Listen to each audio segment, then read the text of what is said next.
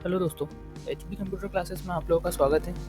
आज हम डीसीए का पेपर 1 फंडामेंटल ऑफ कंप्यूटर की क्लास 16 पढ़ने वाले हैं। इसमें आज हम यूनिट 3 स्टार्ट करेंगे। यूनिट 3 में हम वेरियस स्टोरेज डिवाइसेस के बारे में पढ़ेंगे, मतलब कि विभिन्न भंडारण उपकरण। दोस्तों, अगर आपने इससे पहले वाली यूनिट 2 नहीं देखी है तो नीचे डिस्क्रिप्शन बॉक्स में उसका लिंक है और ऊपर आई बटन में भी उसका लिंक है, आप वहाँ जाकर उस वीडियो को देख सकते हैं। तो आइए हम स्टार्ट करते हैं। सबसे पहले तो आपको स्क्रीन पर यूनिट 3 का पूरा सिलेबस दिख रहा होगा। इंग्लिश हिंदी दोनों में मैंने मेंशन किया हुआ है। आप इसको एक बार अच्छे से रीड कर लीजिए कि हमें यूनिट 3 में क्या क्या पढ़ना है, या तो आप इसका स्क्रीनशॉट भी ले सकते हैं। तो आइए देखते हैं हम। सबसे पहले तो what is computer memory. Computer memory क्या है, क्या आपको पता है? तो आइए देखते हैं। कंप्यूटर मेमोरी इनपुट डिवाइसेस के द्वारा प्राप्त निर्देशों को कंप्यूटर में स्टोर करके रखता है। ठीक है, जिस प्रकार मानव में याद रखने के लिए मस्तिष्क होता है, उसी प्रकार कंप्यूटर में मेमोरी होती है। कंप्यूटर मेमोरी सीपीयू का एक अभिन्न अंग है। कंप्यूटर में इसे मुख्य मेमोरी या आंतरिक मेमोरी या प्राथमिक मेमोरी भी कहते हैं। तो मैं आशा करता हूँ कि आपको मेमोरी समझ में आ गई होगी कि मेमोरी क्या है। जैसे आपने देखा ही है कि हम कोई सी भी चीज़ याद करते हैं, या पढ़ाई से रिलेटेड हो या किसी विषय वस्तु से रिलेटेड हो, तो हम उसको याद कहाँ करते हैं? हमारे जो भी चीज़ें रहती है वो हमारे मस्तिष्क में ही रिकॉर्ड होती है, तो हम उसको याद कर पाते हैं। ऐसा ही सिस्टम है कंप्यूटर के साथ भी। कंप्यूटर में भी कोई चीज़ को अगर हमें स्टोर करके रखना है तो उसे हम कैसे याद करेंगे, या हम उसे कैसे स्टोर करके रखेंगे? तो वह कंप्यूटर की मेमोरी में रखेंगे। इसके बाद कंप्यूटर का वह स्थान जहाँ सभी सूचनाओं, आंकड़ों तथा निर्देशों को स्टोर करके रखा जाता है, उसे हम मेमोरी कहते हैं। आइए अब हम आगे देखते हैं। कंप्यूटर मेमोरी के प्रकार, types of computer memory. Computer memory कितने प्रकार की होती है? मनुष्य में तो सिर्फ एक ही प्रकार की मेमोरी होती है जो कि मस्तिष्क में है, पर कंप्यूटर में तो अलग अलग प्रकार की मेमोरी होती है। तो देखते हैं हम। कंप्यूटर में एक से अधिक मेमोरी होती है। हम उनको सामान्यतः प्राथमिक व द्वितीयक मेमोरी के रूप में वर्गीकृत कर सकते हैं। प्राथमिक मेमोरी अस्थायी तथा स्थायी दोनों प्रकार की होती है। अब आप सोच रहे होंगे कि सर ये क्या बात होती है, स्थायी और अस्थायी?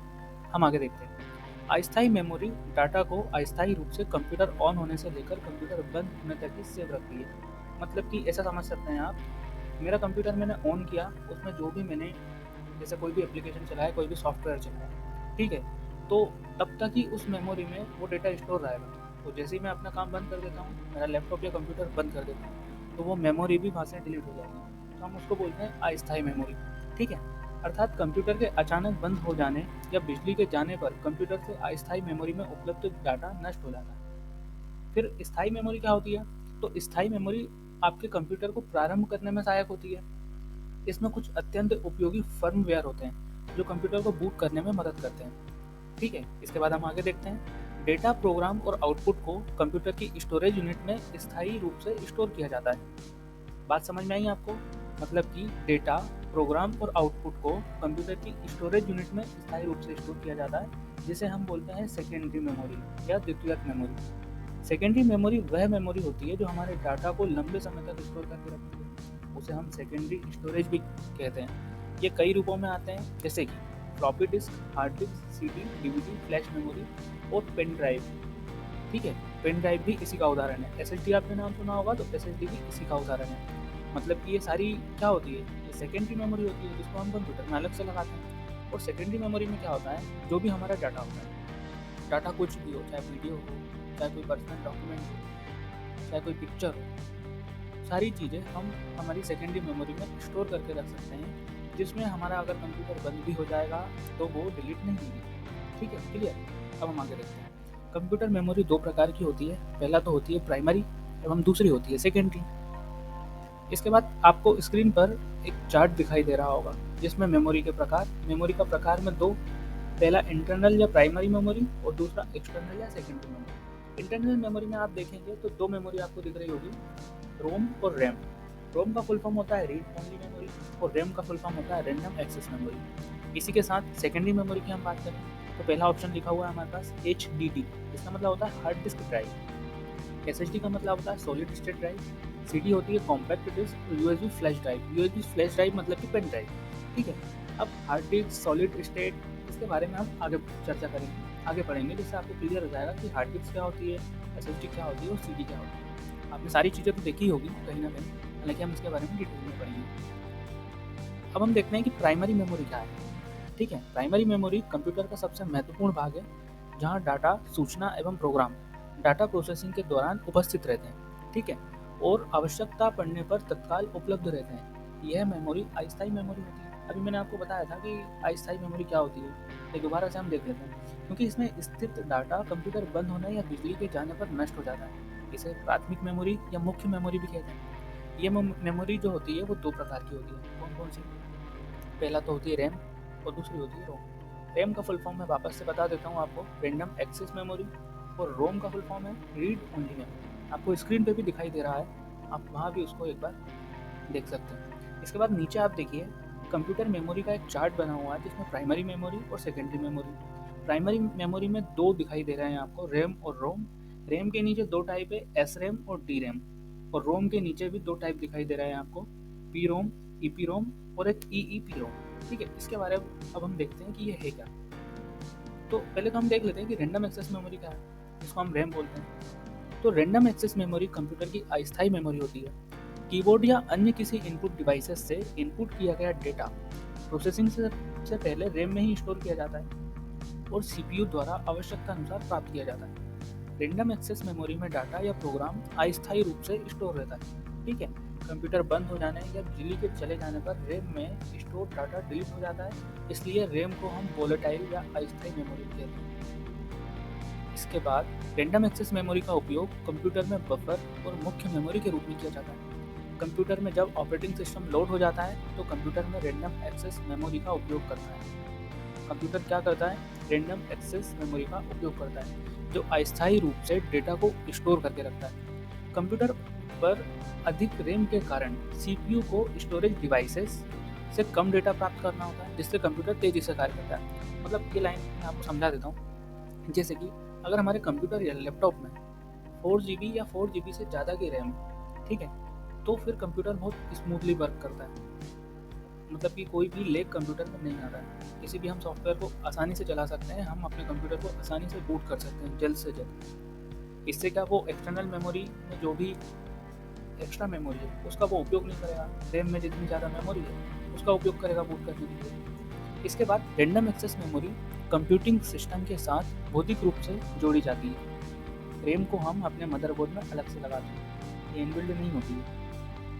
इसकी क्षमता मेगाबाइट गीगाबाइट में मापी जाती है। जो पुराने कंप्यूटर होते थे उसमें जो रैम लगी होती थी वो एमबी के रूप में होती थी। ठीक है ना। अब तो जो जनरली कंप्यूटर आ रहे हैं वो लेटेस्ट हैं और डिजिटल हैं, तो उसमें जो रैम मापी जाती है हम जीबी के रूप में मापते हैं। वर्तमान में कंप्यूटर सिस्टम में 248, ठीक है, जीबी की रैम का प्रयोग किया जाता है। 8 से ज़्यादा भी जीबी की रैम हो सकती है।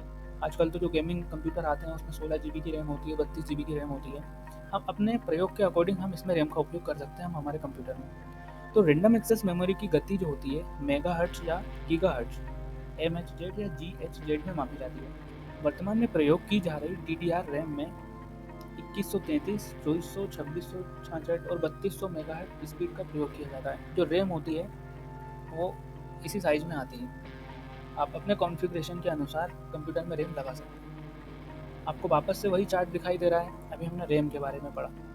अब रैम के हम टाइप देख लेते हैं, एस रैम, डी रैम, ठीक है ना। आपको नीचे एस रैम और डी रैम में 2 एरो दिखाई दे रहे होंगे, अब हम उसको पढ़ेंगे। ये रैम के टाइप होते हैं। तो एस रैम का मतलब होता है स्टैटिक एवं डायनामिक रैम। ये रैंडम एक्सेस मेमोरी के 2 प्रकार हैं, ठीक है, स्टैटिक रैम और डायनामिक रैम। तो स्टैटिक रैम क्या होती है, आप नीचे देखिए। स्टैटिक रैम ऐसी रैम है जो कम रिफ्रेश होती है। कम रिफ्रेश होने के कारण ये डेटा को मेमोरी से अधिक समय तक रखता है। डी रैम की अपेक्षा एस रैम तेज तथा महंगी होती है। स्टैटिक रैम जो होती है वो थोड़ी सी महंगी होती है। स्टैटिक रैम का उपयोग ज़्यादातर प्रोसेसर के लिए कैश मेमोरी के रूप में किया जाता है। आशा करता हूँ कि आपको स्टैटिक रैम समझ में आ गई होगी। इसके बाद हम देखते हैं डी रैम। डी रैम को हम बोलते हैं डायनामिक रैम। क्या होती है डायनामिक रैम? तो डायनामिक रैम को संक्षिप्त में डी रैम कहा जाता है। रैम में सबसे अधिक साधारण होती है डी रैम, ठीक है, तथा इसे जल्दी रिफ्रेश करने की आवश्यकता पड़ती है। प्रत्येक बार रिफ्रेश होने के कारण यह अपने पहले स्टोर किए गए डाटा को मिटा देती है। अगर ये बार बार रिफ्रेश होगी तो जो उसने पहले स्टोर करके रखा होगा वो उसे डिलीट कर देती है। इसके जल्दी रिफ्रेश होने के कारण इसकी गति, जो स्पीड है, वो कम होती है। डायनेमिक रैम आधुनिक डेस्कटॉप कंप्यूटर में स्टैंडर्ड मेमोरी के रूप में प्रयोग की जाती है। इसके विभिन्न प्रकार हैं, तो इसके 3 प्रकार हैं। आपको देखो मैंने मार्क करा हुआ है, उसमें है synchronous dynamic RAM, रैम्बस dynamic RAM और डबल डेटा रेट। ये 3 प्रकार की डायनामिक रैम होती है। आइए हम इसके बारे में पढ़ते हैं, क्या होती है ये। तो सिंक्रोनस डायनामिक रैम क्या होती है?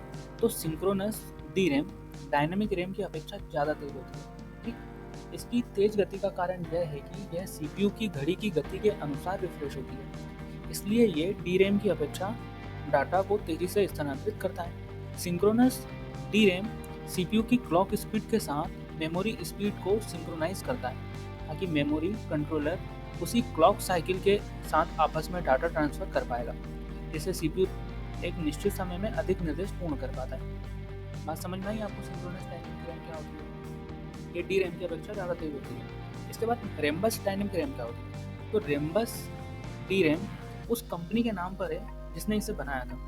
किसने बनाया था? रैम्बस नाम के व्यक्ति ने इसे बनाया था। तो यह 2000 के दशक की शुरुआत में लोकप्रिय था। सन 2000 की बात कर रहे हैं, आज तो 2024-25 चल रहा है। और मुख्य रूप से वीडियो गेम डिवाइस और ग्राफिक कार्ड के लिए उपयोग किया गया था। इसकी स्पीड 1 गीगाहर्ट्ज़ तक थी। वर्तमान में इसका प्रयोग नहीं किया जा रहा है। अब आप ही सोच लो भाई, 2000 के दशक में ये आई थी और अब तो 2024 चल रहा है, 2024 तो ख़त्म ही होने वाला है, तो अब इसका उपयोग थोड़ी ना करेंगे अपन। इसके बाद हम देखते हैं डबल डेटा रेट। ठीक है, डबल डेटा रेट जिसको हम एच डी रैम, एक प्रकार की एक सिंक्रोनस मेमोरी होती है जो सिंगल डेटा रेट की बैंडविड्थ को डबल पंपिंग नामक विधि द्वारा क्लॉक स्पीड को बढ़ाए बिना ही दुगनी गति से डेटा ट्रांसफर करती है। आप एक बार स्लाइड में जो लिखा हुआ है आप उसको अच्छे से पढ़ लेना। ठीक है, तेज गति से डाटा ट्रांसफर के कारण यह तेज से लोकप्रिय हो रही है, तेजी से, एवं वर्तमान कंप्यूटर सिस्टम में प्रयोग की जा रही है। डीडीआर तेज और एचडीआर की तुलना में कम ऊर्जा का उपयोग करता है। वर्तमान में प्रयोग की जा रही डीडीआर रैम में 2133, 2400, 2666 और 3200 मेगाहर्ट्ज़ स्पीड का प्रयोग किया जा रहा है। यह मुख्य रूप से DDR1, DDR2, DDR3, DDR4 HD RAM के रूप में उपलब्ध है। मार्केट में आप जाएंगे ना कभी रैम लेने, तो जो वहाँ के शॉपकीपर होते हैं वो आपसे पूछेंगे कि आपको किस प्रकार की रैम चाहिए।